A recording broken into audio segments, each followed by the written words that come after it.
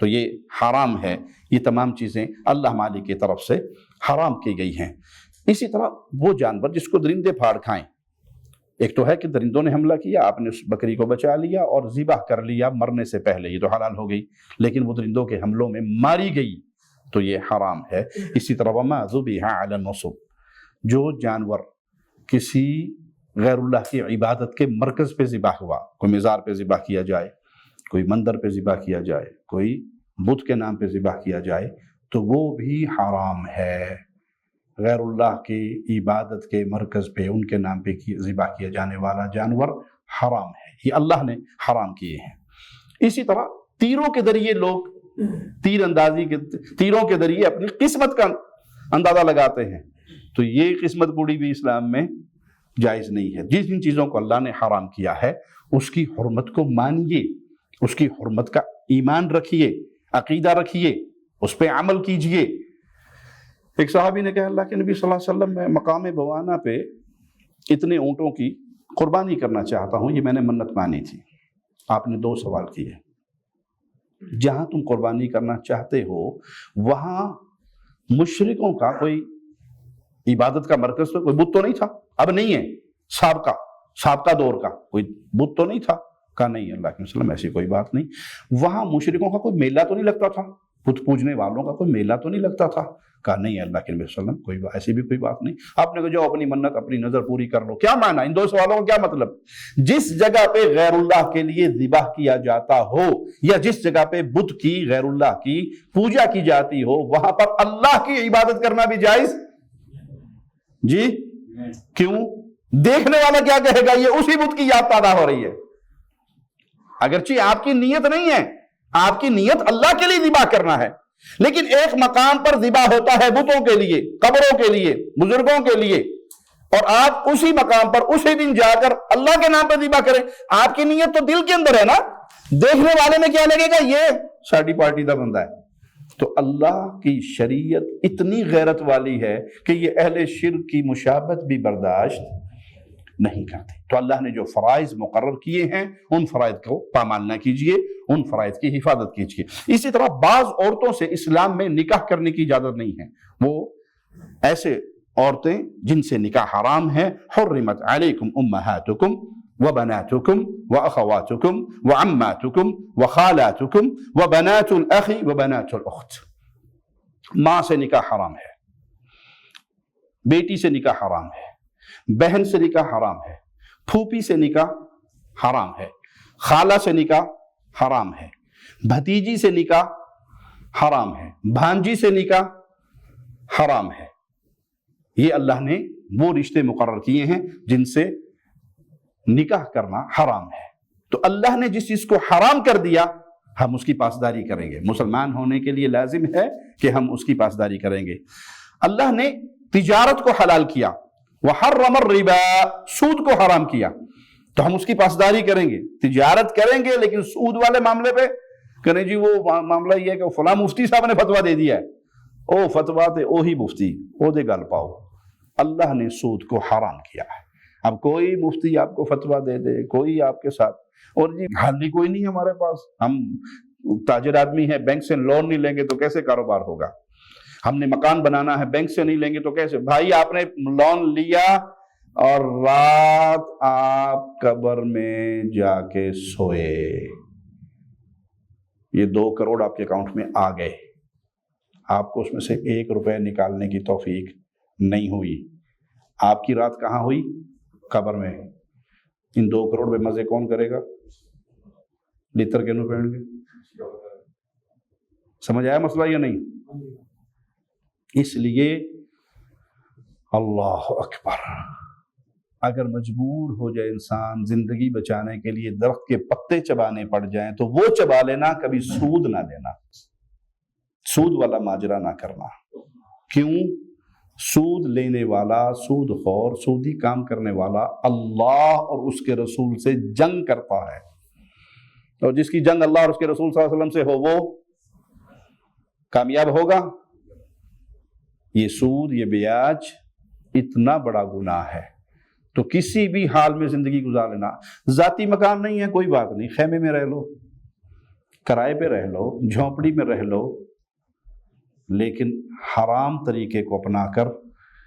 وہ میں ایک دفعہ یورپ کے دورے پر تھا تو وہاں کسی نے ہم سے سوال کیا کہ جی ڈاکٹر طاہر القادری صاحب نے فتویٰ دیا ہے چونکہ یورپ، برطانیہ، امریکہ، ان ممالک میں اسلام کی حکومت نہیں ہے، قانون اسلام کا نافذ نہیں ہے، تو سود کو تو اسلام نے حرام کیا تھا نا، تو یہاں پر سود حرام نہیں ہے کیونکہ اسلام کی حکومت نہیں ہے، تو یہاں پہ سود پہ ایک مکان، کیونکہ وہاں پہ کرائے زیادہ ہیں اور کیش پہ مکان بہت مہنگا ہے تو سب بینک سے ہی مکان لیتے ہیں الا من رحم ربی، تو ایک مکان سود پہ یورپ میں رہنے والوں کے لیے قادری صاحب نے ڈسکاؤنٹ دیا ہوا ہے کہ آپ لے سکتے ہیں۔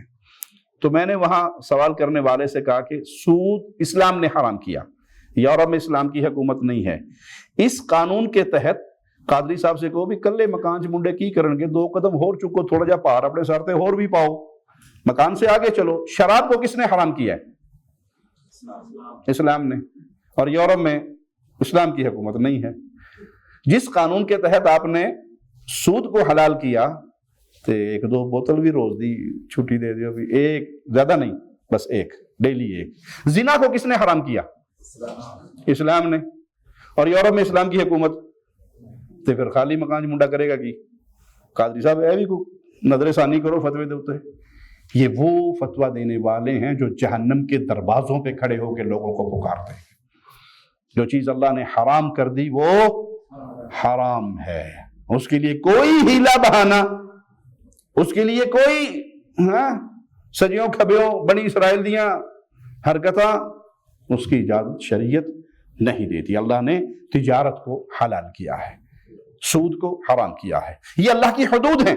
مومن اللہ کی حدوں کی حفاظت کرتا ہے۔ وَمَن يَتَعَدَّ حُدُودَ اللَّهِ فَأُولَئِكَ هُمُ الظَّالِمُونَ، اللہ نے فیصلہ کیا دیا جو اللہ کی حدود کو توڑتے ہیں وہ ظالم ہیں، جو اللہ کی حدوں کو توڑتے ہیں۔ کچھ چیزیں ایسی ہیں جس پہ اسلام خاموش رہا، شریعت خاموش رہی، اللہ نے اس پر کوئی حکم جاری نہیں کیا، رسول اللہ صلی اللہ علیہ وسلم نے کوئی آرڈر جاری نہیں کیا، خاموشی اختیار کی شریعت نے۔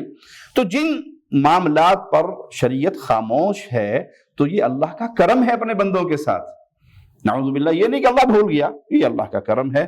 بندوں کو بھی چاہیے جس معاملے پہ شریعت خاموش ہے اس پہ خاموش رہیں، بال کی کھال نہ اتاریں، ایسے مسائل کو نہ کریدیں۔